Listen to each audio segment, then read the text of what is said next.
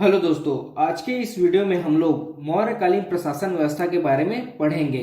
यकीन मानिए, मौर्यकालीन प्रशासन व्यवस्था सर्वोच्च किस्म की थी, जिसे सुव्यवस्थित तरीके से डिजाइन किया गया था। छोटे स्तर से लेकर बड़े स्तर तक, चाहे दीवानी मामले से संबंधित समस्या को सुलझाना हो या फौजदारी मामले से संबंधित समस्या को सुलझाना हो, इसका अलग अलग विभागों में विभाजन किया गया था।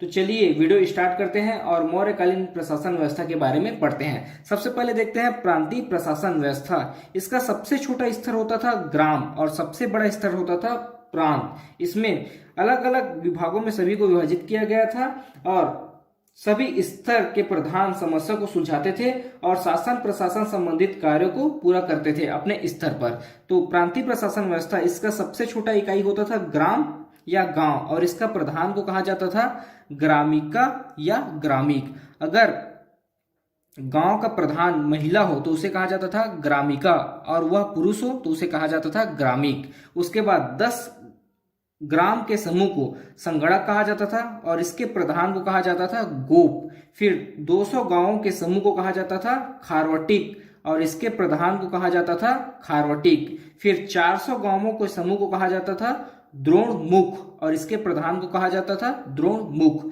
फिर 800 गांवों के समूह को कहा जाता था स्थानीय और इसके प्रधान को कहा जाता था स्थानिक। फिर 20 स्थानिक के समूह को कहा जाता था आहार और इसके प्रधान को कहा जाता था विषयपति या आहारपति।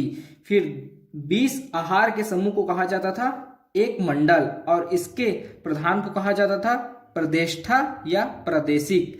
फिर 20 मंडल के समूह को कहा जाता था प्रांत और इसके प्रधान को कहा जाता था कुमार या आर्य और यही प्रांतीय प्रशासन व्यवस्था की सबसे बड़ी इकाई थी। इसके जो प्रधान होते थे वह सभी समस्याओं को सुलझाते थे और प्रशासन संबंधित बागडोर में जितने भी कार्य होते हैं वो सबको पूर्ण करते थे अपने अपने स्तर पर। फिर देखते हैं न्याय व्यवस्था। देखिए, न्याय व्यवस्था के प्रधान को कहा जाता था राजा। न्याय व्यवस्था का प्रधान राजा ही होता था और कौटिल्य के चाणक्य के अनुसार न्याय व्यवस्था को 2 भागों में विभाजित किया गया था, जिसमें पहला है कंडक न्यायालय, जिसमें फौजदारी मामले को सुलझाया जाता था और इसके मुख्य न्यायाधीश को कहा जाता था प्रदेष्ठा।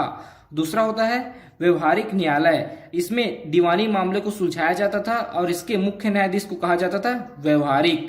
फिर देखते हैं त्रिस्तरीय न्याय प्रणाली। देखिए, जिस प्रकार आज की डेट में हमारे पास हाई कोर्ट सुप्रीम कोर्ट है, उसी प्रकार उस समय त्रिस्तरीय न्याय प्रणाली था और ये 3 स्तर में था। पहला ग्राम के स्तर में, दूसरा संगणक और तीसरा द्रोणमुख।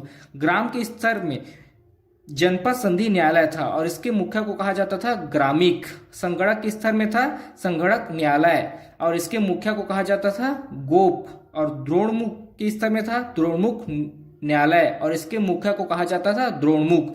फिर देखते हैं उद्योग न्यायालय। देखिए,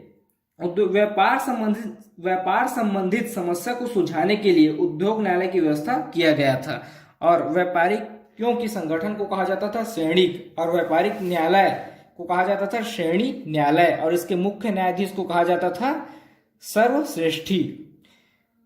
व्यापारिक न्यायालय, व्यापारियों के संगठन को कहा जाता था श्रेणी और व्यवसाय संबंधित न्यायालय को कहा जाता था श्रेणी न्यायालय और इसके मुख्य न्यायाधीश को कहा जाता था सर्वश्रेष्ठी। तो इस वीडियो में हम लोगों ने पढ़ा मौर्यकालीन प्रशासन व्यवस्था में प्रांतीय प्रशासन व्यवस्था और न्याय व्यवस्था और त्रिस्तरीय न्याय प्रणाली।